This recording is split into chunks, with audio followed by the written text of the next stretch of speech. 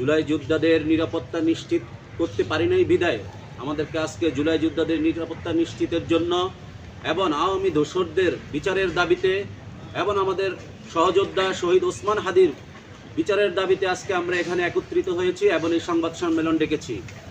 আমরা কালকে দেখেছি রাষ্ট্রীয় বাহিনীর ঘৃণ্য হামলার মাধ্যমে আমাদের মজলুম যারা হয়েছে, আমাদের শহীদ ওসমান হাদির বিচার চাওয়া ইনকিলাব মঞ্চ বিচার চাইতে গেছে, কিন্তু তাদের বিচারের বিপরীতে আমরা কি দেখলাম?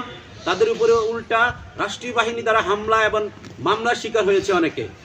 আমরা দেখেছি জুলাই ইনকিলাব মঞ্চের সদস্য সচিব জাবের গুলিবিদ্ধ হয়েছে এবং আরও অনেকেই গুরুতর আহত হয়েছে। এটাই রাষ্ট্রের জন্য, জুলাই যোদ্ধাদের জন্য অত্যন্ত লজ্জার এবং কলঙ্কের। আমরা আজকে 2 বছর পরে যেখানে দেখার কথা আওয়ামী দোসররা পালানোর কথা, তাদের বিচার হওয়ার কথা, কিন্তু উল্টা আমরা কি দেখতে পেয়েছি?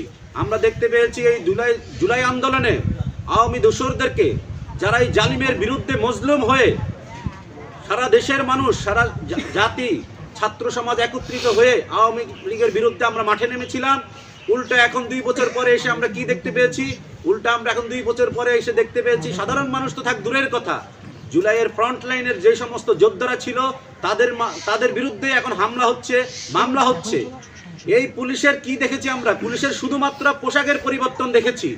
আমরা পুলিশের নৈতিক এবং পুলিশের সার্বিক কোনো পরিবর্তন আমরা দেখতে পাই নাই, যার কারণে আমরা কালকে পুলিশের আসল রূপ দেখতে পেয়েছি। পুলিশের একজন সদস্য কালকে পুলিশের একজন সদস্য বলতেছে যে আয় হাদির লাশ নিয়ে যা। এই কথা বলার সাহস এই জুলাই পরবর্তী সময় এই বাংলার মাটিতে তো হওয়ার কথা না। তাহলে আমরা কি বুঝতে পাই? আমরা বুঝতে পাই আমরা আন্দোলনের মাধ্যমে আরও কিছু শকুনকে আমরা এই সংসদে, এই ক্ষমতায় বসিয়েছি, এই উপদেষ্টা পরিষদে বসিয়েছি। তারা কি করেছে?